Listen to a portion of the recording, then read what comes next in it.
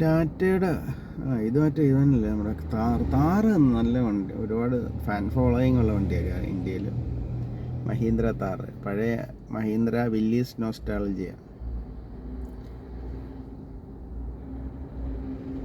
ഇത് എൻ്റെ ഒരു കസിൻ മേടിച്ചിട്ടുണ്ട്, ആ ഹോണ്ടയുടെ ആ ചെറിയ SUV.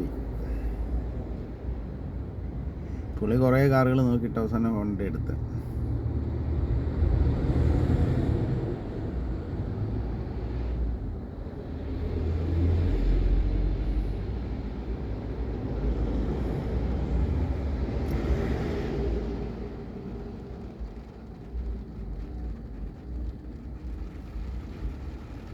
ചെറുതായിട്ട് മഴ പെയ്തു.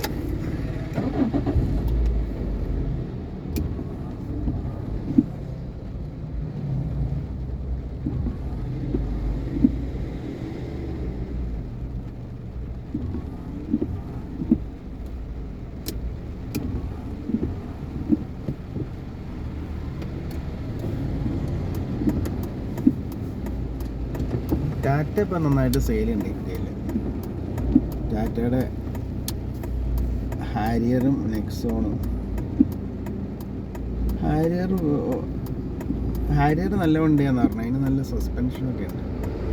ഈ ടാറ്റ മറ്റേ ലാൻഡ് റോവർ റേഞ്ച് റോവർ മേടിച്ചപ്പോൾ അവർ തമ്മിൽ ടാറ്റയുടെ വണ്ടിയും ലാൻഡ് റോവറായിട്ട് എന്തോ അഗ്രിമെൻ്റ് ആയിട്ടുണ്ട്. അപ്പോൾ ലാൻഡ് റോവറിൻ്റെ സസ്പെൻഷൻ അവർ ടാറ്റയുടെ ഇതിൽ ഉപയോഗിക്കുന്നുണ്ട്. അവർ തമ്മിൽ മറ്റേ അത് ഉപയോഗിക്കാനുള്ള അഗ്രിമെൻ്റ് രണ്ട് കമ്പനികൾ തമ്മിൽ ഒപ്പുവെച്ചിട്ടുണ്ട്. അപ്പോൾ ഈ ഹാരിയറിലും സഫാരിയിലും രണ്ട് കാറുകളിൽ ഇപ്പോൾ ഈവൻ മറ്റേ CRIയിലും ലാൻഡ് റോവറിൻ്റെ അല്ല, പക്ഷേ ആ സെക്ടറിലുള്ള ഏതോ വണ്ടിയുടെ മറ്റേത് ലാൻഡ് റോവർ റേഞ്ച് റോവറിൻ്റെ സെയിം സസ്പെൻഷൻ തന്നെ ഉപയോഗിക്കണം. മറ്റേ ഈ ഇതിൻ്റെ അകത്ത് ഹാരിയറിലും ടാറ്റ ഹാരിയറിലും മറ്റേ വേറൊരു വണ്ടി ഉണ്ടല്ലോ ടാറ്റയുടെ സഫാരിയിലും, പുതിയ സഫാരിയിൽ, പഴയ സഫാരിയല്ല, പുതിയ സഫാരിയിൽ.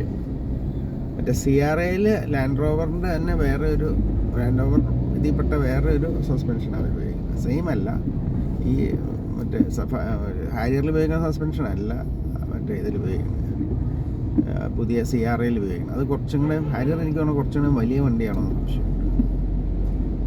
അതിന് അതിപ്പോൾ അങ്ങനെ വണ്ടികൾ തമ്മിൽ അഗ്രിമെൻ്റ് ഉണ്ട്. ഇപ്പോൾ ഈ ടൊയോട്ടയുടെ പല എൻജിൻസ്, ഇലക്ട്രിക് എൻജിൻസ്, ഈ ടൊയോട്ടയുടെ ഇലക്ട്രിക് എൻജിൻസാണ് മറ്റേ ഹൈബ്രിഡ് എൻജിൻസും മാരുതി സുസുക്കി ഉപയോഗിക്കുന്നുണ്ട്. കാരണം അവർ തമ്മിൽ മറ്റേ അഗ്രിമെൻ്റ് ഉണ്ട്. ടൊയോട്ടയുടെ ഇപ്പോൾ അവരുടെ ഫസ്റ്റ് ഇലക്ട്രിക്കൊക്കെ മാരുതിയുടെ ഫസ്റ്റ് ഇലക്ട്രിക്ക് ടൊയോട്ടയുടെയാണ്. KL41W7655.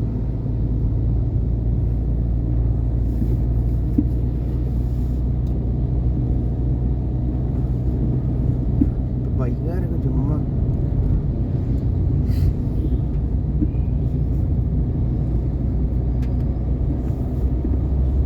നമ്മുടെ കുറേ പിന്നെ കുറേ എണ്ണങ്ങളുണ്ട് ഇങ്ങനെ കൊട്ടേഷൻ എടുത്തേക്കുന്നത്. നമ്മളിങ്ങനെ പോകുമ്പോൾ കുറേ സ്പീഡിൽ ഓടിക്കാനായിട്ട് ആ ഒരു മാനസിക രോഗിയുണ്ട്, ദുബായ് രാജാവും ഡി കമ്പനി ദാവൂദ് ഇബ്രാഹിം. അവർ ഇങ്ങനെ കുറേ എണ്ണത്തെ വിട്ടിട്ടുണ്ട്. ആ രണ്ടും മാനസിക രോഗികളാണ്. ഏതെങ്കിലും ചങ്ങലക്കിടേണ്ട ബാച്ചാണ് ആ ദുബായ് രാജാവ്. അത് സ്വന്തം മോളെ ആരെങ്കിലും കൊണ്ടുവന്ന് ജയിലിലിടുമോ, ഇയാൾ ഇട്ടിട്ടുണ്ട് ഈ ദുബായ് രാജാവ്.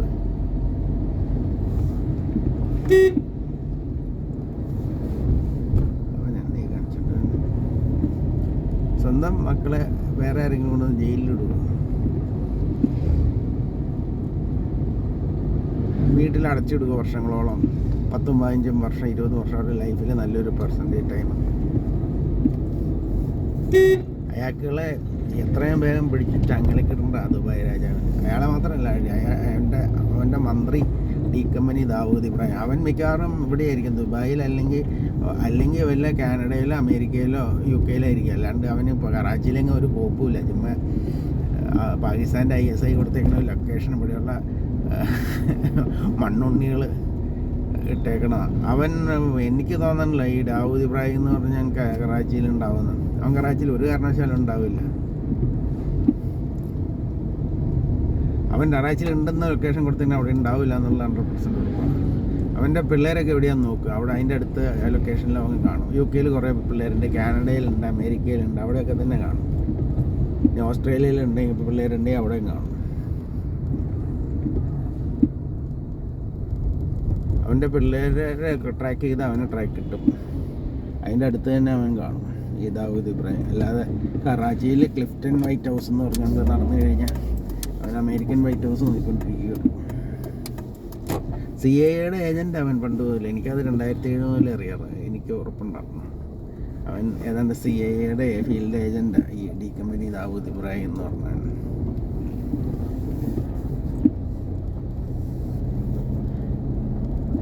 എല്ലാ പരിപാടിയുണ്ട്, അവർക്ക് വേണ്ടിയുള്ള പണി ചെയ്യും. മറ്റേ ഈ ഇസ്ലാമിക് ഗ്രൂപ്പിൻ്റെ അടുത്തുനിന്ന് വേണമെങ്കിൽ ഇറാനിലും മറ്റ് സ്ഥലങ്ങളിലൊക്കെ പോയിട്ട് അവരുടെ കാര്യങ്ങളൊക്കെ ചോർത്തി CIAക്ക് കൊടുക്കും.